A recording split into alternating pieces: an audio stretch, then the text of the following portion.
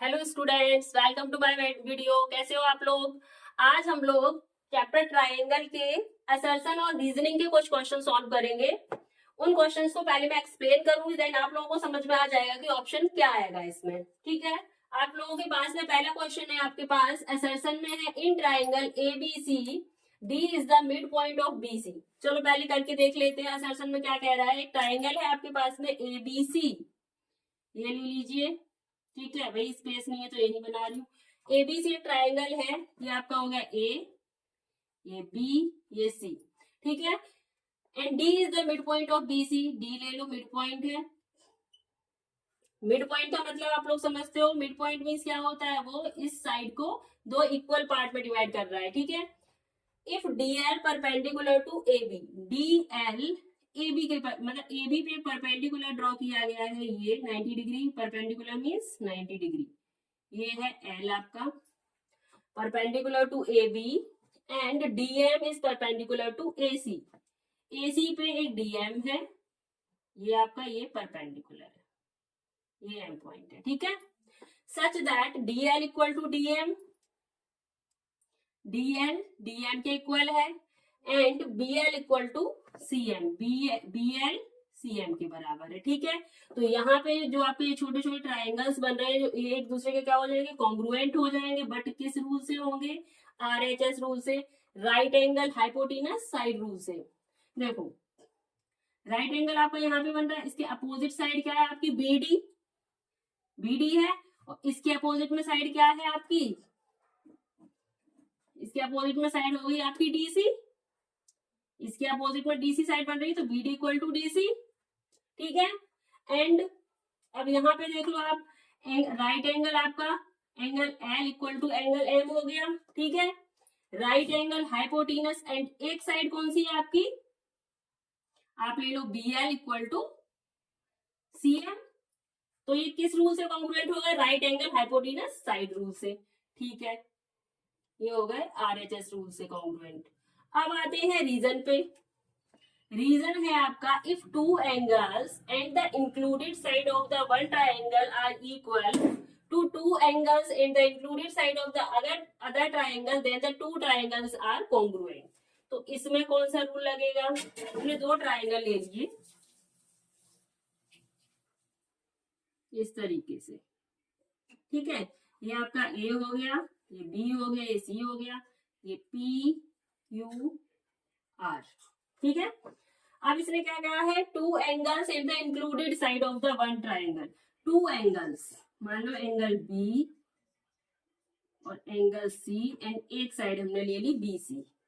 ठीक है, इसमें एंगल Q एंड R, और ये एक साइड ले ली QR। तो कह रहा है कि एंगल B एंगल Q के इक्वल है। ठीक है, एंगल C एंगल R के इक्वल है, एंड साइड आपकी BC QR के इक्वल है। तब कौन सा कॉन्ग्रुएंट रूल होगा, एंगल साइड एंगल। कौन सा होगा, angle side angle congruence rule होगा। तब वो क्या होंगे, दोनों ट्राइंगल एक दूसरे के कॉन्ग्रुएंट हो जाएंगे। इट मीन्स जो इन्होंने रीजन दिया है, रीजन अपनी जगह पे सही है, और जो असर्शन में आपको दिया गया है क्वेश्चन, वो असर्शन अपनी जगह पे ठीक है। बट जो हमारा रीजन है वो असर्शन को एक्सप्लेन नहीं कर रहा है, क्योंकि इसमें जो कॉन्ग्रुएंस रूल लगाया है वो RHS रूल है, और इस वाले में आपका एंगल साइड एंगल है। तो इसमें आपका ऑप्शन नंबर बी आएगा आंसर। ऑप्शन क्या हो गया आपका, B. Both assertion and reason are true, but reason are is not the correct explanation of assertion. ठीक है,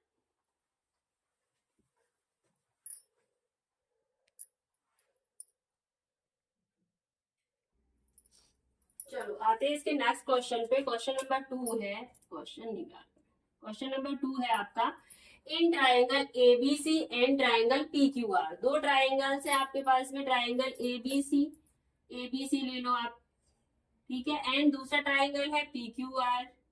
चलो भाई PQR ले लिया, ABCPQR। ठीक है, angle A equal to angle PK है, एंगल A हमारा एंगल P के बराबर है। ठीक है भाई, and angle C equal to angle R, angle C double कर देती हूँ जिससे कि पता रहेगा, angle C equal to angle R, and side AC equal to PR। AC किसके बराबर है, पी आर के बराबर है। अब तो आपको क्लियर दिख रहा है, ये दोनों कॉन्ग्रुएंट हो जाएंगे किस रूल से, bye angle side angle rule. देखो एंगल फिर साइड फिर एंगल, तो एंगल साइड एंगल रूल हो गया, बिल्कुल करेक्ट है असर्शन हमारा। अब रीजन पे आते हैं, रीजन है if two angles and the included sides of the one triangle are equal, if two angles and the included sides of the one triangle, वही चीज जो अभी ऊपर प्रूव करी है, दो ट्राइंगल्स में अगर दो एंगल और उसकी इंक्लूडेड साइड एक दूसरे के क्या होती है, इक्वल होती है, तो वो दोनों ट्राइंगल हमारे कॉन्ग्रुएंट होते हैं। किस रूल से कॉन्ग्रुएंट होते हैं, एंगल साइड एंगल रूल से। तो वही चीज इसमें कही गई है, इट मीन्स रीजन भी सही है और रीजन असर्शन को करेक्टली एक्सप्लेन भी कर रहा है। तो इसमें आंसर आपका हो जाएगा ए, both assertion and reason are true and reason R is the correct explanation of assertion। ठीक है, क्लियर।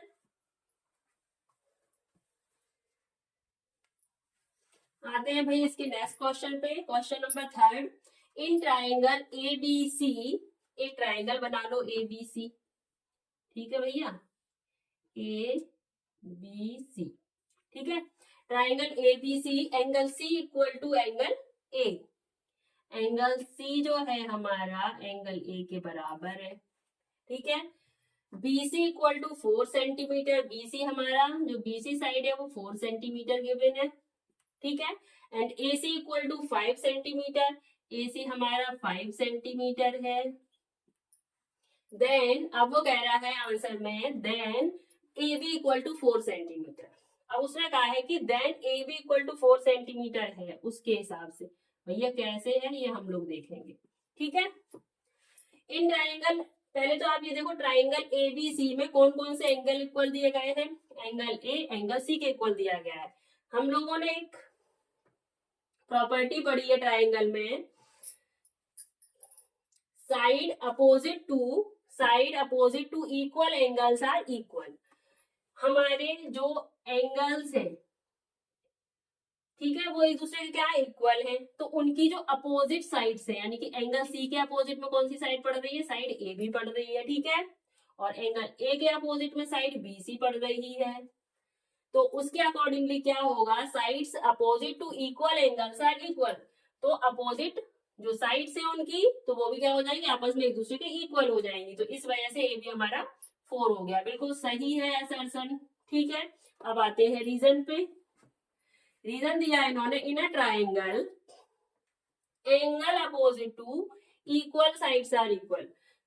मोस्टली बच्चे क्या करेंगे, फटाफट उन्होंने इतना देखा और ऑप्शन नंबर ए कर दिया, लेकिन इसमें ऑप्शन नंबर ए नहीं। देखो ऑप्शन नंबर ए क्यों नहीं होगा, देखो रीजन में क्या दिया, in a triangle angle opposite to equal sides are equal. ये वाली प्रॉपर्टी हम जब अप्लाई करते हैं जब हमें क्या निकालना होता है, एंगल्स निकालने होते हैं। इसमें हमने क्या निकाला है, हमने इसमें साइड निकाली है। ये जो प्रॉपर्टी है इसका कन्वर्स है, देखो कैसे, एक एग्जांपल ले लेती हूँ। ये ए बी है आपका, A B C, sorry A B C triangle है, ठीक है। इसमें आपको साइड इक्वल दी गई है, ए बी आपको 4 सेंटीमीटर दिया है एंड बी सी आपको 4 सेंटीमीटर दिया है, और इसके जो एंगल्स है, इसके अपोजिट में ये एंगल है, इसके अपोजिट में ये एंगल है, ठीक है। ऐसे क्वेश्चन दिया जाएगा, साइड इक्वल दे दी गई है और कोई एंगल दे दिया, लेट इन्होंने एंगल ए दे दिया 60 डिग्री। अब आपसे पूछेंगे कि एंगल सी की वैल्यू क्या होगी, तब आप एंगल सी की वैल्यू लिख दोगे 60 डिग्री। क्यों, in a triangle angle opposite to equal sides are equal. तो देखो असर्शन अपनी जगह पे ठीक है एंड रीजन अपनी जगह पे ठीक है, बट ये इसको असर्शन को करेक्टली एक्सप्लेन नहीं कर रहा है, इसलिए इसमें ऑप्शन नंबर बी आएगा, ठीक है।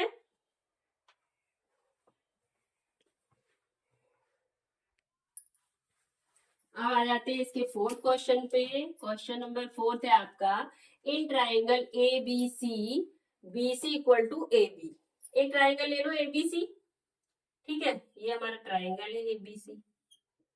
अब इसमें कह रहा है A B C, B C equal to A B.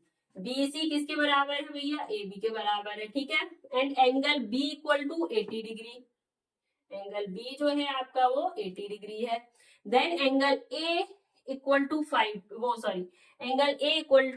Degree. अब वो कह रहा है तो एंगल ए 50 डिग्री आएगा इसके हिसाब से। चलो करके देखते हैं। हम लोगों को एक प्रॉपर्टी पता है ट्राइंगल की कि angles opposite to equal sides, इसमें साइड्स क्या दी गई है, इक्वल दी गई है, हमें एंगल निकालना है ना। तो angles opposite to equal sides, अब इसलिए इक्वल साइड ये है, ये दोनों साइड इक्वल है ना एक दूसरे की, इनके अपोजिट एंगल क्या पड़ेगा, बीसी के अपोजिट में एंगल ए एंड एबी के अपोजिट में एंगल सी पड़ेगा। ये दोनों क्या हो जाएंगे, एक दूसरे के इक्वल हो जाएंगे। ठीक है, अब हम इसको मान लेते हैं एक्स है तो ये भी एक्स है भाई, इक्वल होते हैं। ठीक है, अब इसे सॉल्व कर लेते हैं एएसपी से, एंगल सम प्रॉपर्टी से। एक्स प्लस एंगल बी कितना दिया है 80 degree equal to 180 ASP angle sum property. ठीक है, तो 2x इक्वल टू 180, ये वाला 80 उधर जाएगा, माइनस का 80 यानी 100 हो गया। तो x इक्वल टू क्या हो जाएगा 100/2 50 डिग्री। ठीक है, एंगल ए हमारा 50 डिग्री आ गया कि नहीं आ गया, एंगल सी भी 50 डिग्री आएगा। तो इन्होंने बोला है then angle A equal to 50 degree. भाई बिल्कुल सही बोला है इन्होंने। ठीक है, तो असर्शन हमारा ठीक है। अब रीजन पे आते हैं। रीजन है in a triangle angles opposite to equal sides are equal. यही प्रॉपर्टी तो हम लोगों ने अप्लाई करी थी इसमें, angles opposite to equal sides are equal. तो हमारा रीजन भी सही है और रीजन असर्शन को करेक्टली एक्सप्लेन भी कर रहा है। ठीक है, तो इसमें ऑप्शन नंबर हमारे क्या आएगा, ऑप्शन नंबर ए आएगा। Both assertion and reason are true and reason is the correct explanation of assertion. Okay,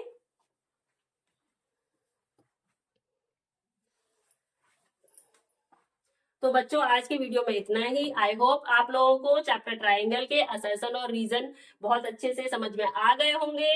thank you for watching my video. Bye bye.